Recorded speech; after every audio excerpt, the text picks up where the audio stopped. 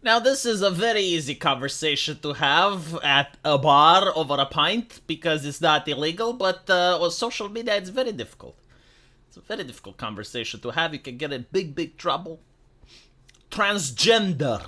Like, talking about this, it's dangerous on social media because apparently it's a marginalized group. Despite the fact that I see the flag on almost every single American corporation, on the White House, it's in video games, it's everywhere. Call of Duty, believe it or not, had the bullets from its guns colored with white and blue.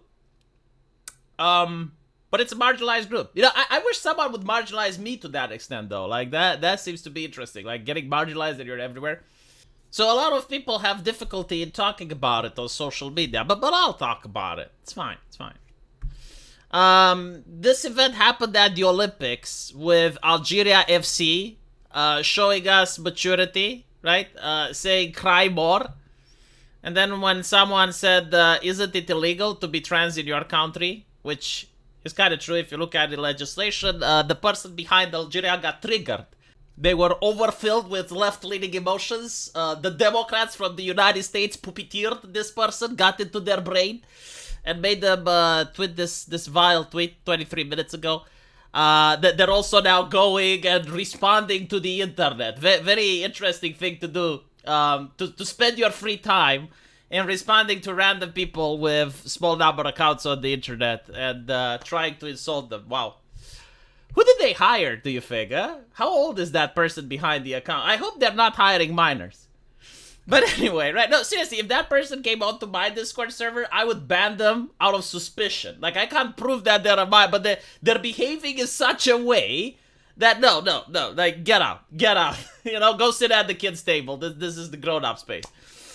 But why is this happening? Asmongold actually said it very well. I loved how he phrased it.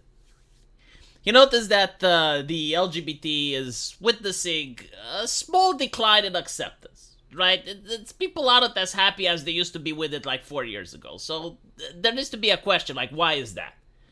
Because we got the Bud Light boycott, we got the Target boycott, we got all these boycotts going around, so it's obvious for everyone. If you have eyes, like, it's obvious that the acceptance is dropping, and the question is why. And as Magol concluded, something that I concluded as well, it's not because of the L, it's not because of the G, and it's not because of the B. It seems to be something with the T, and every single time they talk about LGBT issues, it's almost usually the T is front and center, right? Like, they are the hallmark image, they're the brand now. So it's this what gets people to be upset, especially when it comes to kids, and especially when it comes to women's sports. Like, these are the two issues where you get the most friction. And this is happening because for the last couple of years, people weren't allowed to talk about it at all. Like, even misgendering was banned on Twitter. To the point where a lot of 4chaners took advantage of this, and they used they-them pronouns in their profiles, and they started arguing with leftists. And whenever the leftists would misgender them, they would report them, and they would get the leftist banned.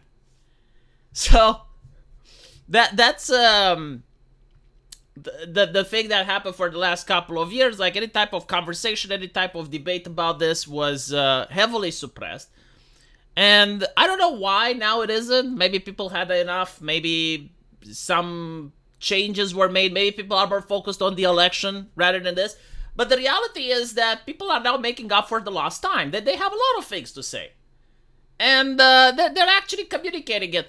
I think, like, actually this happened after the Hogwarts shit, right? Where you had, like, the wizard game. That pissed off a lot of people because they noticed that the activists were going after VTubers.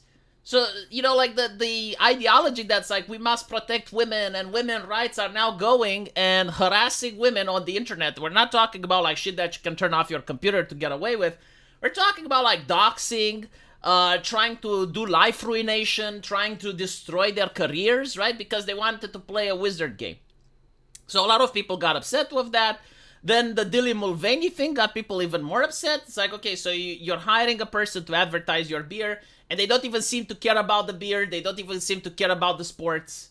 And then you have the vice president going, and it's like, oh, our customers are flatty, out of touch. match? And, you know, like, all this shit, like, pouring gasoline on the fire. So, eventually, people have had enough, and now they're very communicative. You know, it used to be like male fragility. Why are people uncomfortable with discussing? Well, people now have become extremely comfortable with discussing these issues. And there's a lot of pushback. Now, it seems that it's also affecting certain things that aren't trans, because this is what the liberals enjoy about this particular situation. They're immediately like, she's not trans, you're uneducated, you're a bigot. So basically what happened is that the opponent of this lady from Italy wasn't transgender, she was intersex.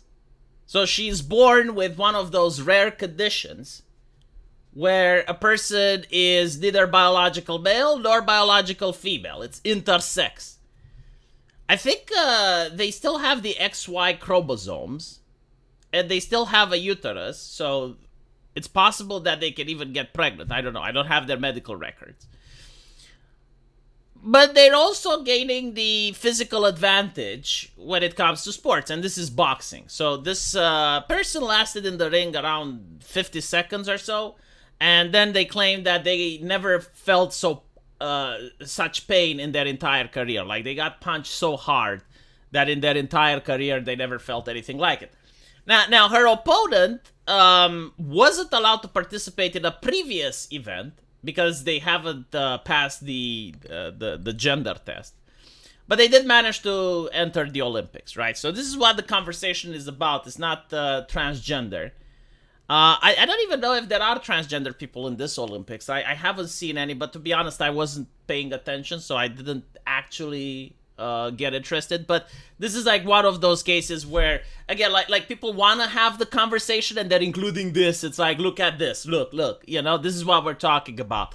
But the reality is that in this particular situation, she would have been able to compete even 100 years ago, right? Because, again, she's an intersex person. Like, it's not someone that is transitioning. It's a person that was born this way, and they are presenting as a woman. So I don't think like this particular event is going to change liberals' minds, because they'll be like, you're uneducated, you're ignorant.